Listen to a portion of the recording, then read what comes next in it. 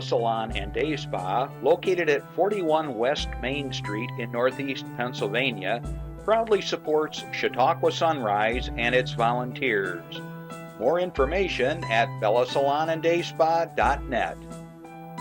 Westfield Memorial Hospital provides high-quality health care to residents of Western New York, offering patients the most sophisticated medical advancements while keeping the ease and familiarity of a community hospital.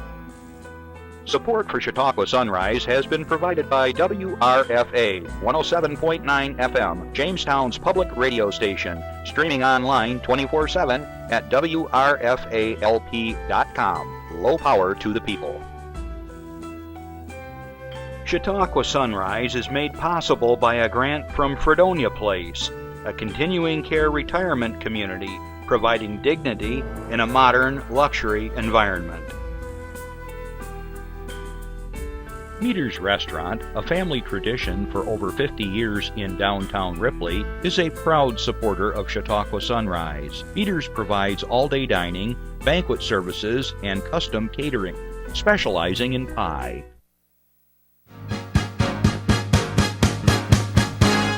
From the Access Chautauqua Studios in Mayville, it's Chautauqua Sunrise. Chautauqua Sunrise is hosted by Doc Hamels and supported by the award-winning volunteers at Access Chautauqua.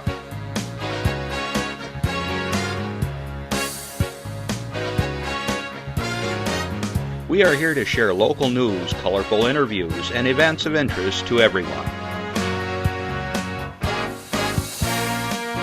Chautauqua Sunrise is broadcast live Saturday mornings each week from 9 to 10 a.m.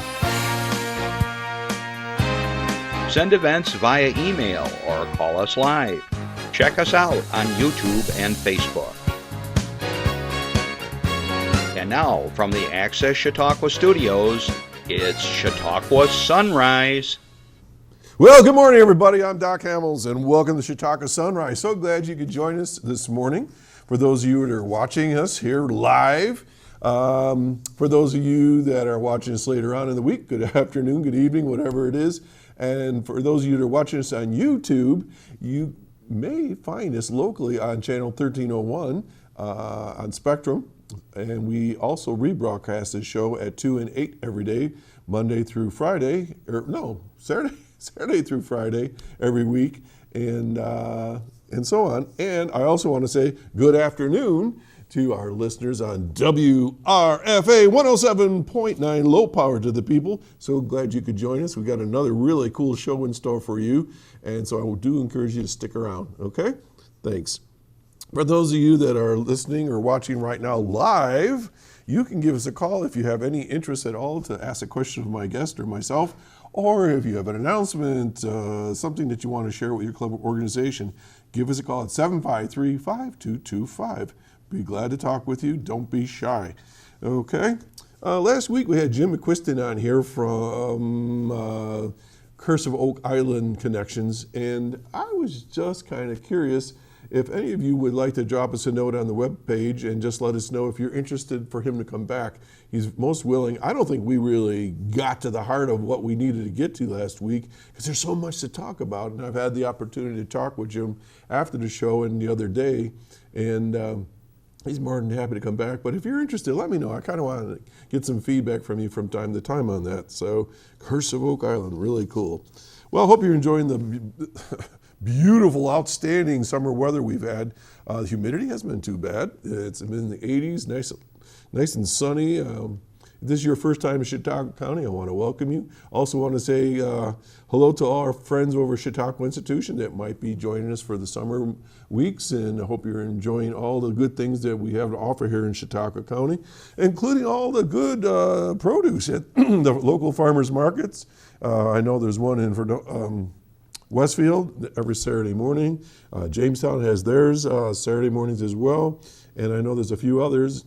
But all the farmers are producing some phenomenal local produce that's just outstanding. Corn should be on the stands right now, and tomatoes, blueberries, all kinds of good stuff. Also, if you're visiting Chautauqua County, there's all kinds of things to do in this county, and we'll get to some of them in a minute. But there's lots of music festivals, there's things in the music in the park. So do check out either this show or the newspapers or your local chambers and so forth. There's just all kinds of stuff going on, and it's a great place to live here in Chautauqua County.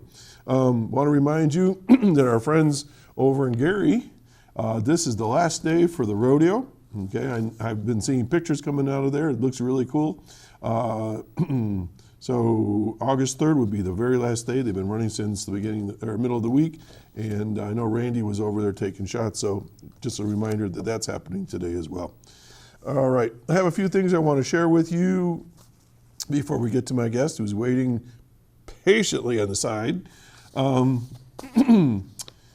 Let's start out with some information about my good friends at the Infinity Music and Performing Arts Center over in Jamestown. All right, it says here, spend your summer exploring the arts.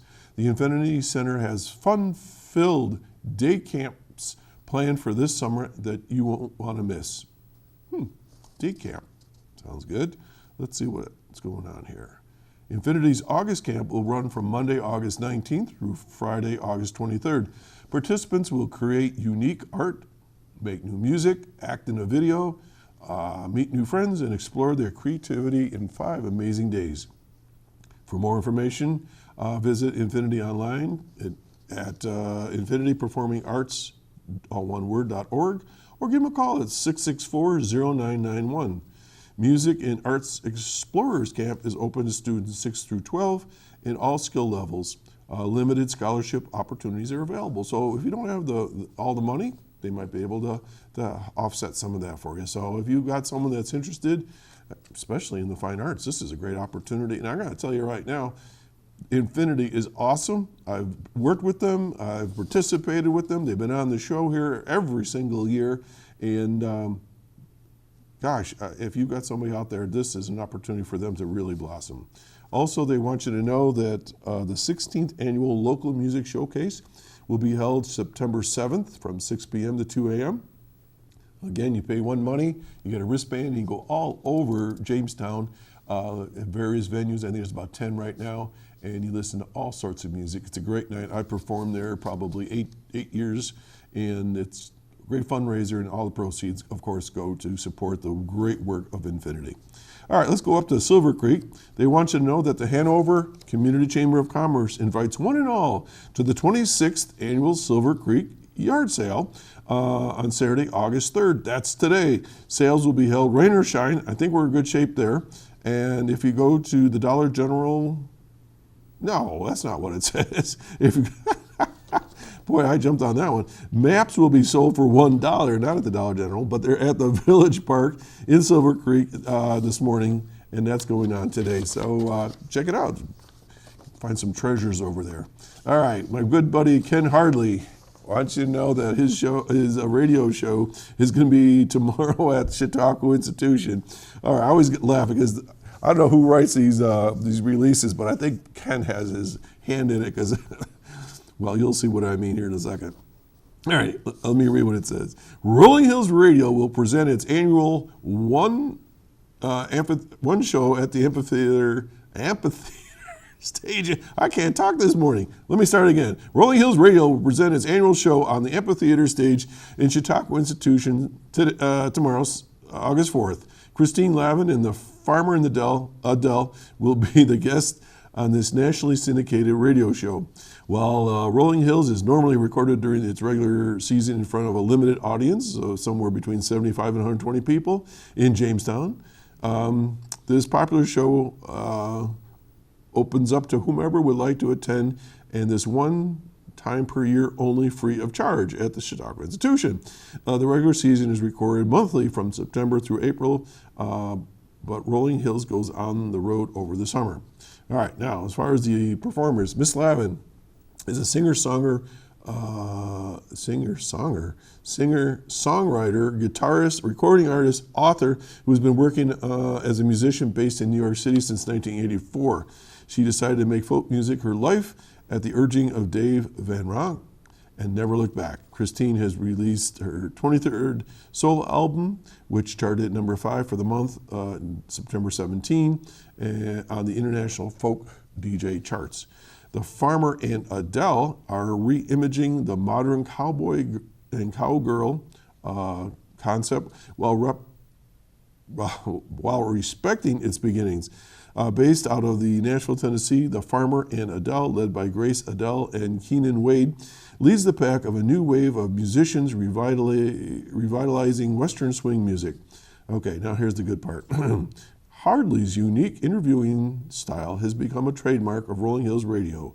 His folksy yet edgy persona has a way of bringing out the humor, pathos, and inner workings of his guests with a singular, disarming, and engaging charm. I think he wrote it himself. All right, let's move on. Let's go to Ripley. See if I can get through this without stuttering. We got slide 15, Jeff. The Curse of the Comet. Ripley Library Players presents The Curse of the Comet, August 8th at 6 p.m. at Quincy Cellars over at the Main Road, West Main Road in Ripley. Tickets are only $25. Pre-sale, $30 at the door. Tickets include a buffet. You pay for anything that you want at the bar, cash bar. And if you want tickets or reserve the tickets or you want more information, 736-3913. All proceeds benefit the Ripley Library Building. And up front in that picture is our very own Emerald Weish, is one of our camera ladies, and she is a flirtatious scientist. All right, so that's coming to an end, but hopefully y'all can make that as well. All right, let's go now to, Dunkirk and Jamestown, I guess, because this is a split. The Chautauqua Center has scheduled its 6th annual Family Fun Day in recognition of National Health Center Week for Friday, August 9th in Dunkirk. Once again, they anticipate a large turnout of community members and their families, as well as local organizations in attendance. The Chautauqua Center has quickly grown. They currently have 6 sites open, which include their administration offices, 2 in Jamestown, and they anxiously await their grand opening of their new site and 4 others in Dunkirk. They offer primary care, behavioral health, dental, and pharmacy services both in Dunkirk and Jamestown. The center Family Fun Day events have always been successful. Last year, they gave away 750 backpacks with over 1,000 people in attendance at both sites. They expect the volume of children and families to grow even more this year. This year, they'll distribute hundreds of backpacks to local students at the Dunkirk Family Fun Day. In addition, in Jamestown, they're piloting a new distribution method to reach students who are unable to attend the Family Day event. To accomplish this, they'll deliver backpacks and school supplies directly to students at summer recreation programs throughout the county, including Jamestown Learning and Enrichment and Academy Progress. It's called LEAP, that hosts 600 students.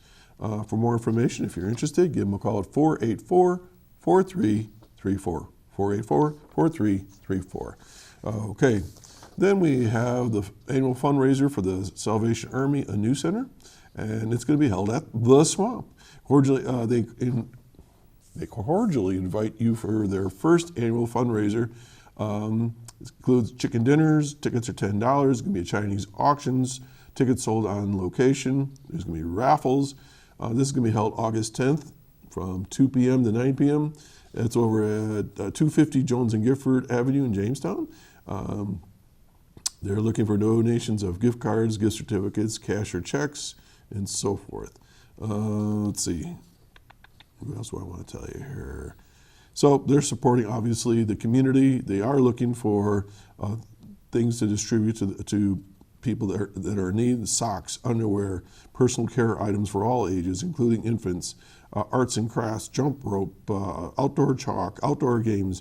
Let's see, Barbies, or action figures, activity books, fruit snacks, sippy cups, books, all kinds of small toys, all sorts of things. So we have a lot of people in need, and the Salvation Army is there to help those folks.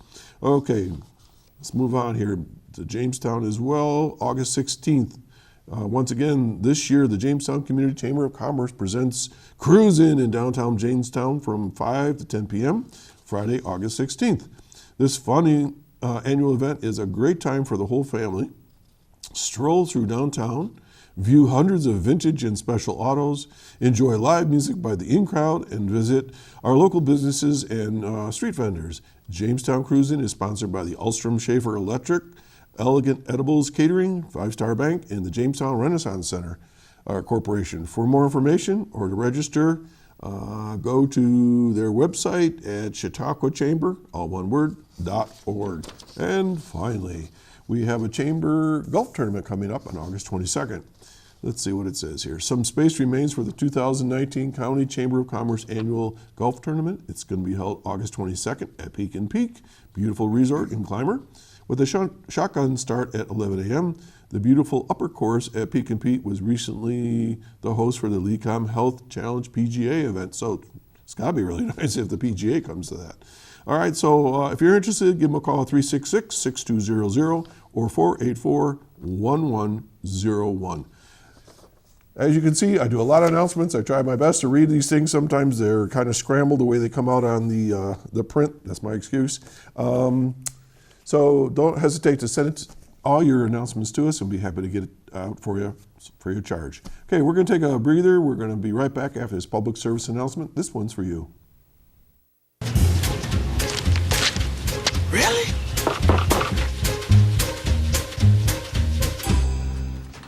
Buzz, what's up, man? You left some leaves burning out here. Yeah, I just came in just for a second. Come on, man. If it's too hot to touch, it's too hot to leave. You could torch the whole neighborhood. It's a good point there, smoky.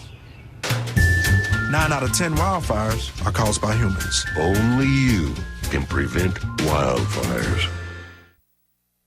Okay, welcome back. I'm still Doc Hamels, and you're watching or listening to Chautauqua Sunrise. I'm so glad you could join us. Today I have a special guest here, a friend of mine from a number of years who is now associated with this little known place in Jamestown called the National Comedy Center. So I want to welcome Rich Ryan, who is the Director of Development there. So Rich, welcome to the show. Thanks, Doc. Thanks for having me. Absolutely. I've been looking forward to this for some time because I want to know more about it, and I think a lot of people in Chautauqua County would like to know more about it. A lot of times we hear about these things, but it's like the old adage, you're not a prophet in your own backyard. You have these resources down the road, and we never visit them. So we need to know more about that. But before we get there, tell us a little bit about yourself and so on. Sure. So I grew up in the Rochester area. I came out here to go to school at SUNY Fredonia. Graduated from Fredonia, same old story, found a girl, and we both decided to settle down here. My wife is a teacher right here in this district. She teaches at the Chautauqua Lake School down the road. Know that. Yep, she's the elementary music teacher there. We live in Fredonia still. We have 2 daughters, and right out of school, I spent some time with the Northern Chautauqua Community Foundation. I moved my career over to SUNY Fredonia, spent about 12 years there in advancement. Loved my time there, and all of a sudden there was this opportunity with this, like you said, little-known project in Jamestown that I had heard about, but not a lot of people in this county had yet. So I jumped on that opportunity. It's been 2 years and a couple of months, and never looked back. It's been such a great opportunity. Rich, what's your background as far as college? I mean, what accounting? What did you do? No, I studied public relations and marketing. Oh, this is perfect then. Oh, okay. This is exactly. This is this is the nonprofit side of public relations, right? So doing development. Of course, my role with the Comedy Center is to find external support of the project. So I do a lot of fundraising. I manage our membership program, our corporate sponsorship program. I also handle all of our major gifts to our endowment fund. I've been growing our endowment fund since I started. Awesome. Yeah. I remember, because you and I have been friends on Facebook for a number of years, and we've been involved with Rotary and so forth. And friends in real life, too. And friends in real life. Virtual friends. But I remember very clearly you were very excited, and you posted one day that you had gotten your dream job. I think those were the very words. Does that sound about right? It sounds about close there to it. So why would this be your dream job? I mean, did you grow up thinking, I want to be involved with comedy? Or No, I have since become a comedy nerd, and that's a term that we use very, happily. That's not a derogatory term. No. The employees of the Comedy Center, we kind of call each other comedy nerds. I've become a comedy nerd, but that wasn't the case before. What I really wanted to do, and why this was a dream opportunity, was this is a project of national proportions, and I had the opportunity to come in on the ground floor. Build a development program really from scratch, right? I mean, they had a little bit of I did have a predecessor who was here for a short amount of time, but they didn't really have a whole lot of framework for what this development program was going to look like. So I got an opportunity to come into a national scope attraction on the ground floor and build my own program the way I wanted it, of course working with a really phenomenal board of directors and an executive director who I think is the most dynamic leader I've ever worked for. Excellent. So it was a really cool opportunity, and I'd be lying if I didn't mention that I have a passion for this region, right? We hear about the out-migration all the time, and people, the what do you call it, the brain drain and all this. Oh, yeah. It drives me nuts to hear because this is such a beautiful place. My wife and I have decided to make this home. That wasn't by accident. That was a decision that we, consciously made. We really wanted to be here. So to have an opportunity to help an organization like this, what I really think can be a huge economic development driver for It's a big not just engine, not just the south part of the county. I mean, this is really a whole Western New York regional thing. To be a part of that and help this community that we love so much, it's a no-brainer. Awesome. Yeah. Well, that's great. And you were saying that your import from Rochester or whatever. I'm from Buffalo originally, and it's not to say anything against Buffalo, but I'm with you all the way. Many times people say, well, what's it like to live down there, thinking like wherever down there is. Yeah. And I go, look, you got to come spend the day with me here in Chautauqua County. This is absolutely gorgeous down here, and just so much to do, like I was reading earlier, or trying to read earlier, just stuff going on all the time. You get Infinity Arts, who's helping kids grow and develop their creativity, the school systems, things like what you're involved with, the agriculture, just everything that's going on in this whole region is growing and growing and growing, and it's a great place to be. No, I completely agree. I mean, you have a, you have a community like Fredonia, which I live in. Sleepy little college town, comes alive when the students are here. When the students, go home, it sort of gets a little bit more quiet, but there's so much stuff to do, and I just can't stand when I hear a neighbor say, there's nothing to do here. Oh my gosh. There's a beautiful opera house downtown. Yeah. There's programming in that almost every night. Saturday mornings, it's a gorgeous little farmer's market. There's something so Americana and beautiful about a place like that. Right. You go from that sort of, small village-like environment to a more urban environment like Jamestown, a micro-urban environment. And you can see the Comedy Center is really fueling a lot of this. But it's part of a bigger plan. It's not just the Comedy Center. What you see now are new businesses and new breweries and brew pubs. Yeah, and, the support that goes with all that. Everybody's doing a little bit better now down there than they were, say 10 years ago. And I don't know if I can draw parallels to it, but look at Cleveland. It's got the Rock and Roll Hall of Fame. It's this international, national, whatever you want to call it. It's a focal point, and I'm sure that's brought in all sorts of things. Sure. And I see this doing the same thing. And it is. Again, it already is. So, this project, this is literally the concept of Lucille Ball. So this is the realization of her vision for her hometown. What Lucy wanted was not to have a shrine museum of dedicated to her, and although she knew that was inevitable, her plan was not to have that happen. It was to have Jamestown use her brand, which was so strong, even at the end of her life, her name, all of that, to make Jamestown this sort of center that celebrates the art form of comedy. So Lucille Ball is the seed in all this? Yeah, I did not know that. This was her concept. I mean, I know there's the museum, and I know all about Lucy and stuff, but I didn't know that was the driving force behind the center. Yeah, so if you go back to a couple years before she passed, when she was working with the County Arts Council and developing plans for the Lucille Ball Festival for New Comedy. There were other events and sort of national scope programming that she was planning in Jamestown. Of course, she passed away, and all of that planning kind of got shelved. Do you know what year that was by any chance? What year she passed? No, those. This was in the mid-'80s. I got a story I want to share with you. Yeah. Okay, I'm vindicated finally. This is so cool. There was a Lucy Fest in the mid-'80s. The first one was in the early 90s. There was one before that. Okay. All right. Okay. News to me. No, I love it. Because we've talked about this on the show. All right, I don't know what it was called, and it wasn't at the caliber level that the Lucy Fest became. It was like an initial kind of kickoff Lucy festival of some, and it was music.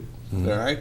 So somehow or another, our lead singer, she had gotten in touch with somebody with Lucy Fest because she was from the Celeron area and she knew people. And they said, would your band like to play this? It was like, a freebie. And so I said, well, what is it? And they said, well, it's to raise money for Lucy and a museum and stuff like that, whatever.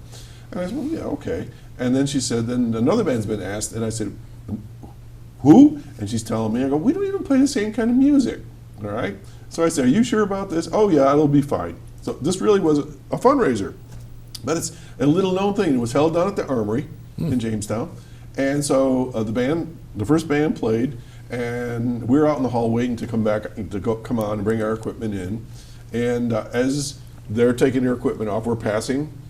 And so then we played. And then years later, my brother said, who opened for us that day? I go, I don't remember who it was. It was the 10,000 Maniacs. Yeah, right. And they just happened to be the first band. You know, they didn't open for us necessarily, but I think we were supposed to be the featured band at the time. But that was actually back in the mid '80s that there was something going on. Because as soon as you said that, and when I said, when did Lucy talk about that? There was something that took place. It was a fundraiser. Yeah. The concept of using Jamestown or making Jamestown this sort of epicenter of comedy as an art form, that's really the concept that Lucy was trying to, impart, and that's what she wanted her legacy to be in Jamestown. So, early on in the early 90s, the Lucille Ball Festival for New Comedy was happening, and young, great comics were coming here. Ellen DeGeneres and Ray Romano, and somewhere along the lines, it kind of got derailed, and it became a bit of a fan convention, which is fine. But realizing that there's a shelf life on that, and also realizing it wasn't that original vision, our board of directors about 9 years ago shifted that narrative, and they tried to make this more of a contemporary comedy festival while paying tribute to Lucy. And at the same time, they launched the planning for this National Comedy Center. Okay, so let me ask you a question, because I have it written down here. That'll go right Sure. on what you're saying. So this organization that was doing all this, was it a not-for-profit? It is, yeah. And is it still not-for-profit? It is. Okay. So the National Comedy Center is a registered 501c3 All right. nonprofit. That's important for people to know. So during this time when they were doing these festivals, those proceeds were building up to do something? That's correct, yeah. So the Lucy Desi Center for Comedy was the former name of this organization. It has since grown into the National Comedy Center. So essentially it was just a name change. The National Comedy Center oversees the Lucy Desi Museum. Think Epcot to Disney. Okay. Right. Okay. So Gotcha. it's part of our organization as well. But again, 9 years ago, our board of directors got together and said, hey, we really need to make good on Lucy's vision. And so they launched the planning for this, what became a 37,000 square foot museum experience. And it's important to make sure I keep using that word, experience. It's not a static, archival-based museum experience like you're so accustomed to. This is different. We'll get into that, I'm sure. Yeah. 37,000 square feet, over 50 immersive exhibits.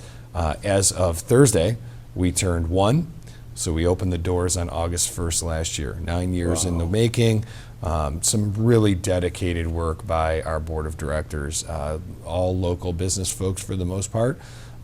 Tremendous group of people who, I've never met a board of people that have worked this hard for anything. Wow. Nice. These are the most dedicated people I've ever met. Now, do you have any, and I'm going to be careful to say this in a professional way, are there any comedians or comedians on the board of directors? So we have 2 boards of directors, Okay. or 2 boards, I should say. We have a board of directors, pardon me, a board of directors, and we also have an advisory board. Oh, all right. That's what I was thinking about, advisory. Yeah, so, very early on, it was apparent that, we always joke about this in-house, a bunch of knuckleheads in Jamestown saying we're going to make this place the home of comedy, if not done correctly, could be the punchline, right? Mm-hmm. So very early on, the decision was made, rightfully so, I believe, to involve the comedy community. You needed them to legitimize this. I mean, the Rock and Roll Hall of Fame in Cleveland isn't the Rock and Roll Hall of Fame in Cleveland if you don't have some rock stars who go, that's pretty cool. Yeah. And we agree, right? So the same sort of thing was happening with us, and our board worked tirelessly. The first, great move they made was hiring Journey Gunderson, our executive director, and she has done a masterful job of representing us to that community and working to build relationships within that comedy community. The big linchpin in a lot of this was back in 2015 when Kelly Carlin decided to donate her father's archive to us. Right. And I think we have a picture of the ribbon cutting from last year, cutting the ribbon on the George Carlin archive. But Jeff, if you can pop that up, if we have that. Well, either way, so 2015, Kelly decides to donate her father's entire archive to us. Tremendous day for us because the competition for that was the Smithsonian, right? I mean, it's massive institutions, 27,000 pieces that describe this artist's, genius. What most of those pieces are little tiny scraps of paper. So the exhibit that we have in the Comedy Center, we call George Carlin's Stuff. And if you know his work, you know that great bit, Stuff, right? Dippy Yeah, he had that great bit about stuff. Yeah. But the most important piece for comedy nerds is the entire Carlin joke file archive. Wow. George wrote everything down, every single funny thought, every muse, and he did this for his entire career. How many pieces did you say? 27,000 pieces. Gosh. Most of them are these little scraps of paper. He would write a funny thought down. He would then go at home and he'd categorize them into Ziploc plastic baggies that were labeled death, stupid people, euphemisms, all of his bits, right? Yeah. Then he would go into a file system and he'd type the bit out and he'd hand annotate. He never threw a single piece of it out. We've digitized the vast majority of that, and when you go in to learn this genius's process, you'll actually have the ability to virtually thumb through on a touch screen environment all of those pieces. So this is interactive with it's completely interactive. Yeah. So that was a huge day, and when Kelly decided to do that, it sort of opened the nation's eyes to this little thing in Jamestown. New York Times did a piece on us and all of that. Kelly then introduced us to Lewis Black, and all of a sudden the dominoes, if you will, started to fall. Other artists found out that, these guys are legit. We celebrate comedy as an art. And when our sort of goal for our visitors is to engender in you an appreciation for the art form of comedy. We take it very seriously. Yes, you're going to laugh. It is not an experience where you're just going to watch clips of comedians. You have a device sitting right in front of you that can allow you to do that. You don't need to pay admission to do it. And the clip or the picture we're looking for right now is the ribbon cutting? Yeah, there's a ribbon cutting of a great picture of Kelly. They're searching for that, I guess. Yeah, that's okay. It's in that press kit. Meanwhile, I got a question from an audience member here. Oh, great. I'm going to read it. They send me these things as we go along. Do they have plans for an addition that is specifically like a theater for shows? So what's there right now is a museum, but you don't go there for a comedy show, right? Yeah, so let me get back to that question. Yeah, all right. I will get back to whoever you are. I promise you I'll get back to Okay. it. So to describe the museum experience a little bit more, 37,000 square feet, over 50 immersive exhibit experiences, all tailored using RFID technology. I don't know what that means. It's radio frequency identification. Thanks for putting me on the spot. So is that where you walk around with little gizmos? Kind of. So you walk into the center, you pay your admission. We give you a bracelet. Okay. Inside of that bracelet, we call it a laugh band. Inside of that bracelet is an RFID chip. Okay. You will then walk up to one of 20 kiosk screens. You'll scan your bracelet. Yeah. And then the first thing you do after taking a picture of yourself, you start to enter by touching all the things you like. So we put up a smattering of really amazing comedic artists, not just stand-ups, but some performers. You're going to sit there and touch everyone you like. The screen is a touch screen, it slides. Then you get to TV shows, and you get to comedy films, and then you get to internet projects and podcasts, things like The Onion, or comedians in cars getting coffee, and all of that sort of stuff. You identify all of that stuff you like.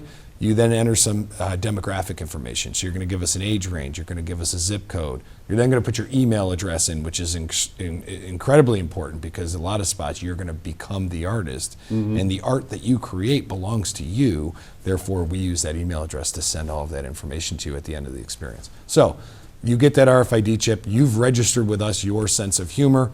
Everything you touch has different comedic attributes. We use that information to tailor the experience inside. Oh my gosh. Some of the kinds of exhibits you're going to see when you go in there include a stand-up lounge, which is just completely dedicated to stand-up, one genre of comedy. You know, we think of it as probably the biggest, or some people don't think of comedy as anything other than stand-up comedy, but it's not. It's one genre of this greater art form. When you walk up to this stand-up lounge, it emulates a comedy club. You scan your bracelet on this overhead projected table.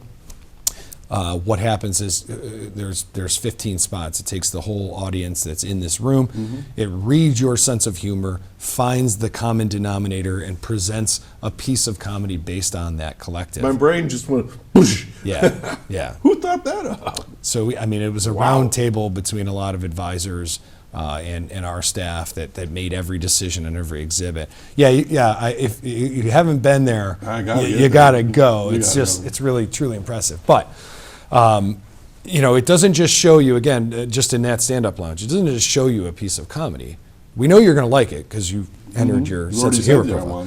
We're going to give you something you like, but then we're going to go into these sort of documentary-style lenses, we call them. And it's like a 2 to 3 minute bit or piece about something that's so unique to stand-up, like heckling or building of a joke. These sort of things and it's done in documentary style. So you're hearing the artist tell you, what it's like for them to deal with heckling, or how they deal with heckling, or what they think of hecklers, which is something, again, completely unique to stand-up comedy. And speaking of heckling, let's now look at the picture that you asked for, and this is the ribbon cutting. They tell me they have it ready for you now. Sure. Okay, let's pop that up, Jeff. There we go. Okay, and are we looking at it? Yeah, scroll down there. Okay. We have to scroll down. All right, here we go. And by the way, let's give everybody little bit more. The website. It's comedy. Go ahead. ComedyCenter.org. Pardon me. And from that, you can order tickets. You can buy your admission. If you scroll down just a little bit farther there, then one more row. One more time. And on the left right there, I see a big ribbon. you see Kelly Carlin cutting the ribbon on her father's Carlin's exhibit. daughter, you said, right? Yes. Is she in comedy as well? She's not a comedian. She's a performer, an author, a really tremendous woman, and somebody who has become a great friend to this project. Okay, and that's where all those little bits and pieces of paper and notes are there. Wow. That picture does not do it justice. No, pretty small. You'll spend 15, 20 minutes in that exhibit alone, and you will be blown away. Okay, now let's roll back the tape in our minds here a little bit. Thanks, Jeff, for bringing that up. Where is the Comedy Center, and how do you get there, basically? Sure. So the Comedy Center is in downtown Jamestown. Our campus encompasses a couple of former buildings. Okay. The project overall is a $53 million investment in Jamestown. Whoa. So it's not, this isn't small potatoes. It's a $53 million investment, which includes some adaptive reuse of pre-existing space with some new construction. The two pre-existing spaces that have become part of the campus are the former BPU substation on the corner of 2nd and Washington, as well as the former Gateway train station. Okay. And the train station, that entire campus now is part of the National Comedy Center. There's been some construction to connect the two. We built a lobby, and of course a lot of retrofitting from within. But the center, again, 37,000 square feet, it's huge. And if you haven't been there, most people don't quite grasp how big that really is. Okay. I live here in Chautauqua County. I haven't been there yet. And you've been open a year? Shame on me. It's not shame on you. It's common. The vast majority of our visitors have been from outside of this region. I live in Fredonia. I left the university after 12 years to go down to this project. I still have friends in my community say, I can't believe you left the state to go work for a comedy club. And it's like, it's not a comedy club. This is something so much farther and bigger and greater than a comedy club. No offense to comedy clubs. But I see this as you've taken a slice of Americana, the history of this country and other countries, I suppose, and you've put it all in one place. This isn't just sit around and laugh, but this is the study of us. What makes us laugh and what we grew up in. Every night I watch Hogan's Heroes. Sure. I mean, I've watched those things probably a million times. I still laugh. So we have an exhibit. I mean, since this is sort of bouncing around, we have an exhibit called the TV Room that emulates a 50s living room experience, all mid-century furniture. The TV screen's about this big. Well, they're replaced with big, LEDs now. But when you go in and sit down in this TV room, it's supposed to give you the sense of sitting in the living room with your family.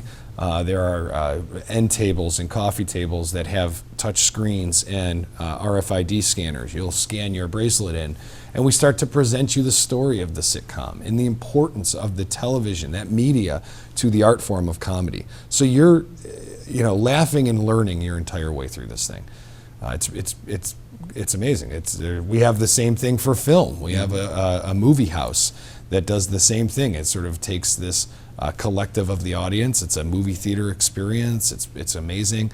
And then we'll tell you the story of importance of comedy in film. And tell you the stories of great directors. You're going to laugh. You're going to learn in every exhibit you go to. But to go back to your caller's question, no, we do not have a formal performing space within the National Comedy Center campus.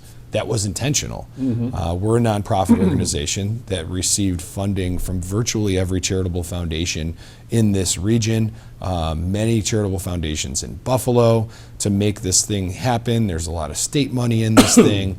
There's some federal money in this thing. We are a nonprofit, and really I always kind of say we have two missions, right? I mean, the one mission is to be this organization that tells the vital story of comedy in America and tells the story of this art form. So we serve that comedy community and the fans of it. But this other mission that you won't find on our website or anything like that is that this is an economic development play, right? I mean, it's a natural, it's a tourism driver. I love New York invests funding with us because of that, right? This is supposed to be a tourism driver. So to that end, why would we want to compete with some of the amazing theaters that are already in the Jamestown community and in this region? Instead, let's use this excitement and this momentum around this project to help them as well. So we partner with like 10 different theaters in Jamestown or performance venues in Jamestown all the time, and we produce programming at their places. So like small intimates all the way up to we have a 90-seat theater above the Lucy Desi called the Tropicana Room, and we'll present small shows in there. 90-seat, it's a 90-seat house. We'll use the Willow Bay Theater in the Spain building, and that holds I think almost 500. We do a lot of partnering with the Reg Linné, and they've been so fantastic to work with. Such a great organization there, and you could not ask for a more beautiful theater, right? And that's 1,280 seats. We do some partnering with the Lucille Ball Little Theater, the Robert H. Jackson Center, the Ice Arena, where we do What's our Ice big. Arena hold? The Ice Arena holds about 2,300. So we'll do our big headline shows there. So instead of creating a competing experience, it was let's use the power that we have in this industry to kind of promote and help those organizations. So who picks the acts to come in to the area? I mean, we do, right? So we have a programming team. Our director of programming is a young man by the name of Malachi Livermore, local kid, grew up in Casadega, went to Jamestown Business College, started I think at 18 or 19 as an intern with the National Comedy Center.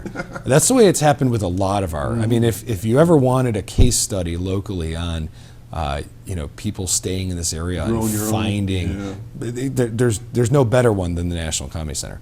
Awesome. A lot of the folks that we have on this team are local, started as interns, worked their tails off, got recognized, and moved into their roles. This young man is brilliant. If you're in Jamestown, it's not hard to find him. He's a great guy. He's always at the Comedy Center, and he's been responsible for overseeing, along with our executive director, of course, who we're booking. And he's got a great mind for this. He's got a great eye for comedy. The reason why I ask is, being a musician for many, many years, I've watched where music started and where it is today.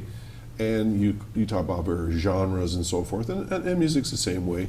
But music has, to me, gone in a direction that I don't always like to see in some areas, where profanity is being used. They're using lots of overtones that aren't appropriate, in my book, for certain age groups.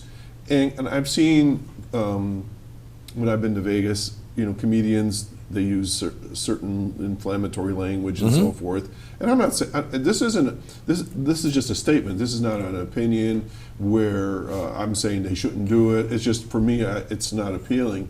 Yeah. So how does the Comedy Center pick and choose what's the right fit for local? Well, the quick answer to that is we don't, right? So comedy is a subjective art, and it's more subjective than most arts. What you laugh at's different than what I laugh at. What's different than the cameraman laughs at, right? I mean, everybody has their tastes. We do not censor comedy. Now, we have a family experience. So I will tell you that the content level on the main floor of the National Comedy Center is PG to PG-13. Okay.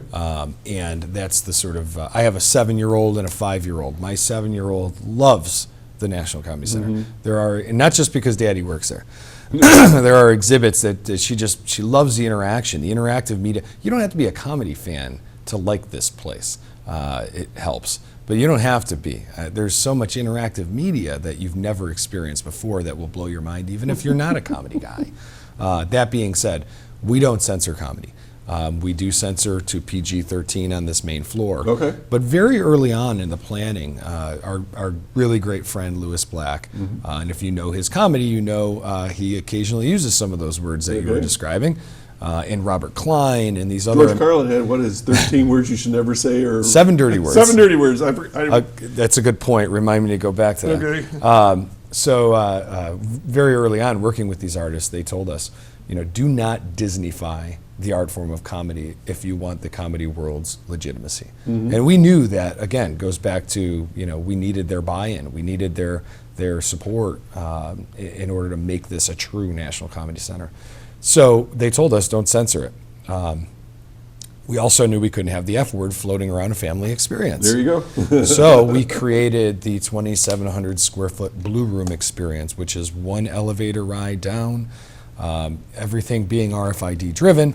If you're not above the age of 17, you can't even open the door with your RFID chip-enabled bracelet. Now, if you wanted to go down there and bring your 13-year-old nephew, that's up to you. That's a parenting decision we leave to parents. But that being said, that is where we celebrate blue comedy. Okay. The term blue comes from the vaudeville era, describing dirty comedy. When you get down there, it's mostly language, but again, it's not just shocking, dirty comedy. It's telling you the vital story of how comedy has always been this sort of warrior against censors and fighting censors, for the history of this art form, right? If it wasn't for comedians doing that, think of Lenny Bruce and all the times Lenny was arrested. We have a great exhibit down with Lenny Bruce describing, including things like the typewriter that he typed How to Talk Dirty and Influence People on, including his trench coat. And Lenny got accustomed to having his trench coat on him because he knew he was going to get arrested. He knew he was coming off that stage in cuffs, and he would not have time to go back to the green room and get his keys and his wallet and his materials. So he was always prepared for that. Lenny was eventually charged, which is crazy, but convicted, which is even more crazy, of obscenity in 1964. Died in 66 before he was actually sentenced. But you talk about a guy like Lenny Bruce, and the stuff he was saying was more about the institutions that he was making fun of and telling jokes about. But thank God for Lenny Bruce, because there's nothing you can laugh at today that you don't have him to thank for. I mean, he was this sort of Rosa Parks of comedy, if you will, right? I mean, he broke that whole thing down. Nothing was sacred. So you get down there, you learn that story. What I love is I'll bring a lot of high school students. We'll do tours. Now I don't bring them in that room, but when I get to the elevator, I describe what's down there, and I always say, how many of you know who Lenny Bruce is? And inevitably, one or no hands go up. Right. And that is why the National Comedy Center is there. Tell the story. You have to tell this story. People have to know who Lenny Bruce and George Carlin and Richard Pryor were. Right. Okay, well, like I said, because I'm sure that listeners and viewers are thinking about that, and I try to ask the question what they might ask about language and what's appropriate for family. If adults want to go, that's fine. It's just like anything else, drinking or whatever. I mean, we all make choices in life. We do have a bar there, too, speaking of drinking. You have a bar there? We have a bar, so you can walk around with a cocktail, nice. Beer, wine, some mixed drinks from Southern Tier Brewing. They're our exclusive craft beer provider of the National Comedy Center. Okay. You wanted me to come back to the 7 dirty words of George Carlin. So yeah, for two reasons. Number one, you will have a great time with those in the Blue Room.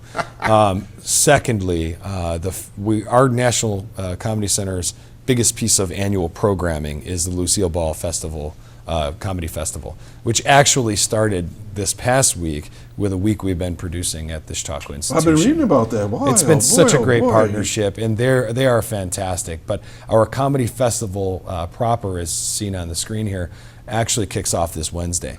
And not one piece of that information came to me, so I could talk about it here. That's okay. You got to put me on your list. I will talk about it here for you, but okay. I will add you to the list. So on Wednesday, August 7th, over at the Robert H. Jackson Center, we're producing a show called FCC vs. Pacifica, the 7 dirty words you still can't say.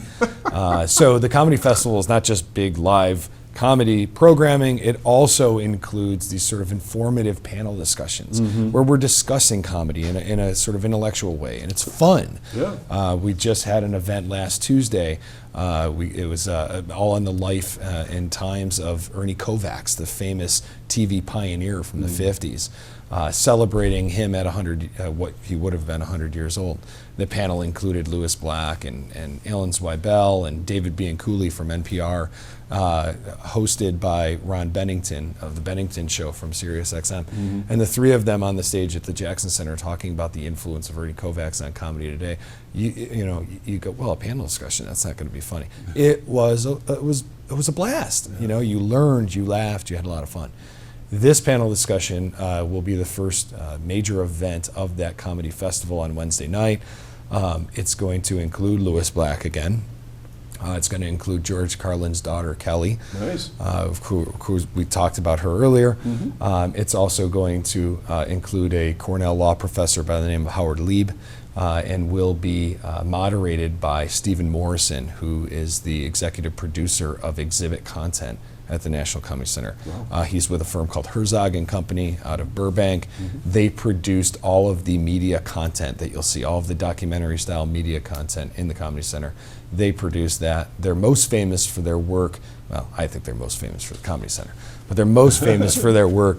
They did CNN's the 60s, the 70s, the 80s, the 90s.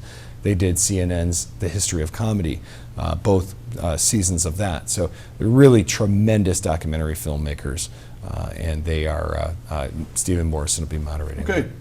You're a wealth of knowledge. Going to give you a chance to take a breath because we have a caller. Good morning, caller. Good morning, Doc. It's Mike Felsman. How are you? Mike from Portland. From Portland. Right.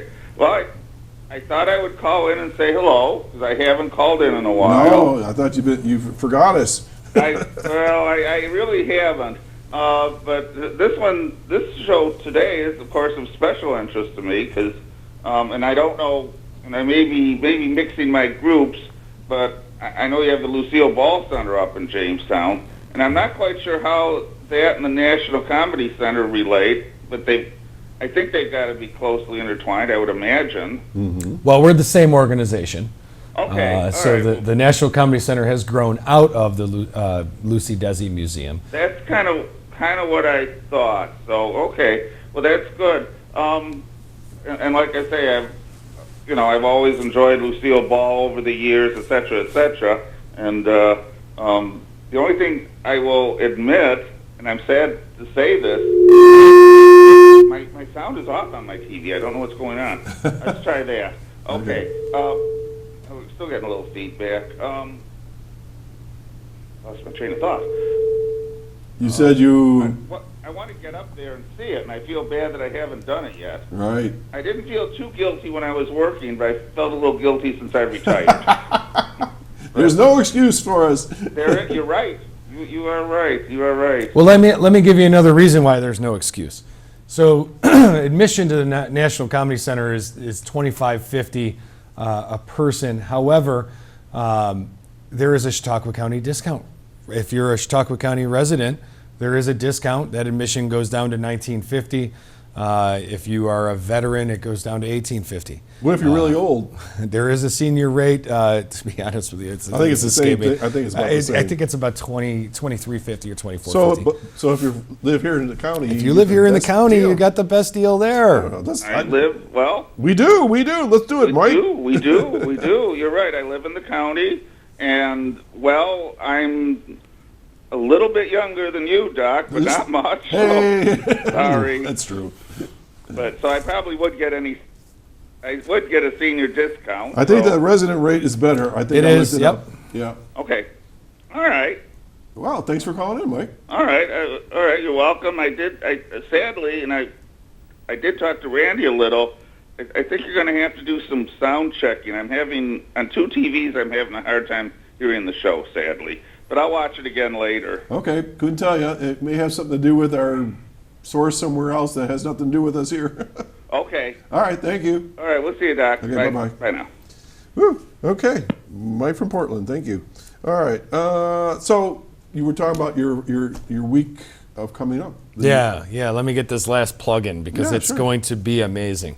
So this is, we're coming up on our annual comedy festival, August 7th through the 11th, as the graphics showed. We have that great piece that's going to be Wednesday, FCC versus Pacifica, the 7 dirty words you still can't say. On Thursday, we have an amazing showcase of artists, including Mark Normand and a bunch of other up-and-coming comics, all of them with national TV credits, right? Every one of them has been on one of the late shows, what have you. Friday night, we have shows by the great John Mulaney, former writer with SNL, and a really hot touring comic right now, brilliant young mind in comedy. And then on Friday night, we have 2 shows by Sebastian Maniscalco. And if you don't know the name, look him up. He is the hottest touring comic out there today. We really have the 2 hottest touring comics, but Sebastian Maniscalco, just for legitimacy here, just sold out Madison Square Garden 4 nights in a row. Oh my God! No comic's ever done that. Wow. Madison Square Garden 4 nights in a row. That's incredible. Yeah. And they're coming to Jamestown. They're coming to Jamestown. Our area right here. And that is only a small sliver of the amount of programming that happens during that festival. There are late night shows and street festivals and kids shows on Saturday. And all this information's on your web. ComedyCenter.org, and you can purchase tickets right on there, and you definitely want to check out this festival. Rich Ryan, you are the Director of Development at the National Comedy Center. We've got like a minute left. What do you want to talk about? Oh, well, I mean, I want to encourage all of you to get over to this National Comedy Center experience. You have to go through this museum. Let's get that out there. Sure, yeah. Hours run Sunday through Thursday, 10 a.m. to 5 p.m., and then they run on Friday and Saturday from 10 a.m. till 9 p.m., so some extended hours on Fridays and Saturdays. Okay, so the Sunday through Thursday was 10 a.m. to what? 5 p.m. 5, and then 10 a.m. to 9 p.m. on the other 2. That's correct. So really no excuse for me not to get there. There is no excuse. I got to talk to my wife. We got to do this. Sounds like fun. Yeah, and I guess the last thing I'd say is, you should consider a membership as well. I mean, what's that cost? They start at $50 and they go from there. What do you get for it? You get a season pass. So if you pay $50, you got a year's worth of going in there every day if you want. Hey, that sounds good. It's a pretty darn good deal. Okay, and a phone number? 716-484-2222. Oh, 2222. Nice and easy. All right. Yeah. Rich, thanks for joining me today. There we go. We're out of time. I timed that just right. Please send me information that I can share. Maybe not advertising, but just general things that we can talk about here. You got okay? it. Thanks, We'd be Doc. happy to do that. So, folks, that's another Chautauqua Sunrise for you. Have a great weekend. The weather looks awesome, and check out the National Comedy Center. I'm going to do it. Wherever my wife is, we're going to do this, honey. All right? See you next time. Saturday morning, 9 a.m. right here on Access Chautauqua. Bye now.